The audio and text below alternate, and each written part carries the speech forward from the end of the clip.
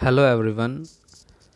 तो ये आपके chapter third pair of linear equation in two variable की जो 3.7 एक्सरसाइज है, ऑप्शनल एक्सरसाइज, उसका फोर्थ क्वेश्चन है ये। तो ये क्या कह रहा है कि the student of a class are made to stand in a row. एक क्लास के कुछ बच्चों को हमने लाइंस में अरेंज किया है। If 3 students are extra in a row there would be 1 row less. यानी अगर एक रॉ में आप 3 बच्चे एक्स्ट्रा खड़े करोगे तो टोटल एक लाइन कम लगेगी। भाई ये तो सीधी सी बात है कि ऐसे खड़े रहे होंगे बच्चे इस तरीके से लाइंस में, ठीक है। तो अगर आप एक लाइन में ज़्यादा बच्चे खड़े करोगे तो लाइन तो टोटल कम लगेंगी या नहीं लगेंगी, क्योंकि दूसरी लाइन से हमें बच्चे उठाकर उस लाइन में अरेंज करने पड़ेंगे, ठीक है। तो वही क्वेश्चन ने कहा है कि अगर एक रो में हम 3 बच्चे एक्स्ट्रा खड़े करते हैं तो फिर एक रो कम लगेगी। वैसे ही if 3 student are less in a row, अगर एक लाइन में हम 3 बच्चे कम कर दें देयर वुड बी 2 रो मोर। तो ऐसा करने पर 2 लाइन एक्स्ट्रा लगेंगी फिर। तो find the number of student in the class. बताओ क्लास में कितने बच्चे हैं। तो मैं क्या कर रहा हूँ बच्चों, लेट टोटल नंबर ऑफ रोज, मान लो टोटल रो कितनी लग रही हैं उस क्लास की, x। रो का मतलब एक तरीके से लाइन, मान लो 5 लाइन लग रही हैं या 6, तो हमने x मान ली। तो लेट टोटल नंबर ऑफ रोज हैं x और स्टूडेंट इन 1 रो, एक रो में कितने बच्चे खड़े हैं y, ठीक है। मान लो टोटल नंबर ऑफ रोज हैं x और एक रो में बच्चे खड़े होते हैं y। तो टोटल स्टूडेंट कितने बैठे क्लास के, then total student in class कितने होंगे, x इंटू वाई होंगे या नहीं होंगे। भाई दोनों की मल्टीप्लाई होगी तभी तो पता चलेगा क्लास में कितने बच्चे हैं। जैसे कोई तुमसे बोले कि टोटल 10 तो लाइन लग रही हैं, टोटल लाइन लगी 10 और एक लाइन में बच्चे खड़े हैं 6, तो आप कहोगे कि जी टोटल बच्चे हो गए क्लास में 60 बच्चे। कैसे, 10 लाइन है मल्टीप्लाई बाय एक लाइन में 6 बच्चे खड़े हैं, तो टोटल स्टूडेंट हो गए 60। तो सेम मैंने करा, टोटल लाइन है x मल्टीप्लाई बाय एक लाइन में बच्चे हैं y, तो टोटल स्टूडेंट्स हो गए x इंटू वाई।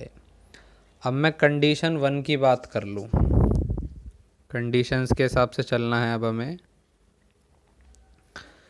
कंडीशन 1 में कहा है कि if 3 student are extra in a रो, यानी अगर एक लाइन में हम 3 बच्चे एक्स्ट्रा खड़े करें तो कितने बच्चे खड़े करेंगे फिर हम, स्टूडेंट इन 1 रो। पहले हम एक रो में कितने बच्चे खड़े करते थे y, अब 3 बच्चे एक्स्ट्रा खड़े करने पड़ रहे हैं तो कितने बच्चे खड़े करोगे, y प्लस 3। तो आगे क्या कहा फिर उसने, there would be 1 row less. तो ऐसा करने पर एक लाइन कम लगेगी। तो पहले कितनी रो लग रही थी, x, तो अब कितनी रो लगेंगी, एक कम। तो अब नंबर ऑफ रो लगेंगी बच्चों x माइनस 1, यानी एक लाइन में 3 बच्चे बढ़ाते ही टोटल लाइन एक कम लग रही है अब। तो नंबर ऑफ रो अब लगेंगी x माइनस 1। लेकिन क्लास के टोटल बच्चे थोड़ी ना चेंज होंगे, जितने टोटल स्टूडेंट पहले थे क्लास में उतने ही अब भी होंगे। तो टोटल स्टूडेंट इन क्लास अभी भी कितने रहेंगे, x इंटू वाई। बच्चों की संख्या थोड़ी ना बदल जाएगी। तो इसका अर्थ ये है कि इन दोनों की अगर मैं मल्टीप्लाई करूँगा तो अभी भी इतने के ही बराबर आएगा। तो टोटल लाइन लगी हैं x-1 मल्टीप्लाई बाय एक लाइन में बच्चे हैं y+3। तो ये कितने के बराबर होगा? टोटल स्टूडेंट इन क्लास के। और टोटल स्टूडेंट कितने हैं क्लास में? xy, क्योंकि टोटल स्टूडेंट पर कोई फ़र्क नहीं पड़ेगा। तो अब हम इसको सॉल्व करेंगे और एक इक्वेशन क्रिएट करते हैं। x की y में इंटू करेंगे xy, x की 3 में इंटू करेंगे 3x, -1 की इंटू y और -1 की 3 में 3। xy से xy कैंसिल, तो ये हो जाएगा 3x माइनस वाई, -3 इधर आके +3। ये बन गई हमारी इक्वेशन नंबर 1। अब आगे क्या करें? इसी तरीके से एक दूसरी इक्वेशन भी बना लेते हैं कंडीशन 2 का यूज़ करके। सेकंड कंडीशन में क्या कहा है? If 3 student are less in a row, एक लाइन में 3 बच्चे कम लगाने हैं हमें। तो अब कितने बच्चे लगाएंगे हमें एक लाइन में? स्टूडेंट इन 1 रो। पहले कितने लगा रहे थे? y स्टूडेंट्स लगा रहे थे एक लाइन में। अब 3 कम लगाएंगे, तो कितने लगाएंगे?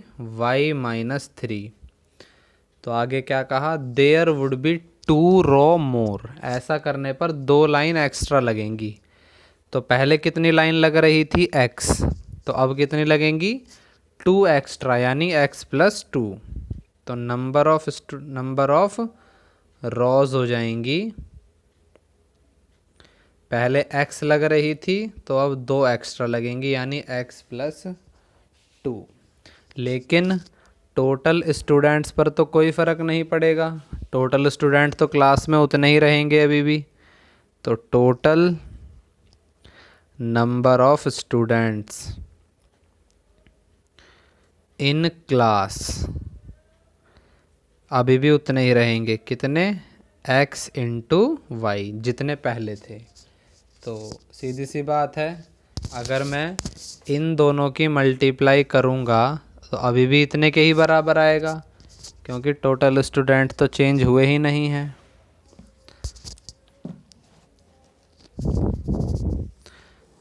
तो कह सकते हैं बच्चों कि टोटल तो रो हैं x+2 मल्टीप्लाई बाय एक रो में बच्चे हैं y-3। तो यहाँ से हमें क्या मिलेगा कि क्लास में कितने बच्चे हैं, और क्लास में बच्चे एक्चुअल में है कितने? x into y. तो it is equal to xy। तो अब इसको सॉल्व करते हैं। x की y में इंटू करेंगे तो xy, x की 3 में करेंगे तो 3x, 2 की y में तो 2y, और 2 3 जा 6 इक्वल टू xy। xy से xy कैंसिल, तो माइनस का 3x प्लस का 2y, -6 इधर आके +6। ये बन गई हमारी इक्वेशन नंबर 2। अब हमें क्या करना है? इन दोनों इक्वेशंस को सॉल्व करना है। तो सॉल्व करते हैं। तो from first and second we can use any method. पहली इक्वेशन है 3x माइनस वाई बराबर 3, माइनस का 3x प्लस का 2y बराबर 6। यहाँ पर हम देख सकते हैं कि 3x और -3x ये तो वैसे ही कट गए डायरेक्ट, माइनस का y और प्लस का 2y, तो ये प्लस का y बचेगा, और 6 और 3 हो जाएगा 9। तो y की वैल्यू आ गई 9। तो x कैसे आएगा? y की इस वैल्यू को किसी भी इक्वेशन में पुट कर दो। तो मैं फर्स्ट इक्वेशन में पुट कर रहा हूँ। फर्स्ट इक्वेशन ये रही। तो 3x माइनस का 9 बराबर 3, तो 9 उधर जाके प्लस 12 हो जाएगा, और 3 आ जाएगा डिवाइड में, तो 12/3 होता है 4। तो x की वैल्यू आ गई 4, यानी टोटल कितनी रो लगेंगी? 4 और एक रो में कितने स्टूडेंट्स होंगे 9। एक्स हमने क्या माना था नंबर ऑफ रोज़, तो टोटल 4 तो रो लगेंगी। और वाई हमने माना था एक रो में कितने बच्चे खड़े होंगे। और क्वेश्चन में हमसे ये थोड़ी ना पूछा है, हमसे क्वेश्चन में पूछा गया है टोटल स्टूडेंट कितने हैं क्लास में। तो टोटल स्टूडेंट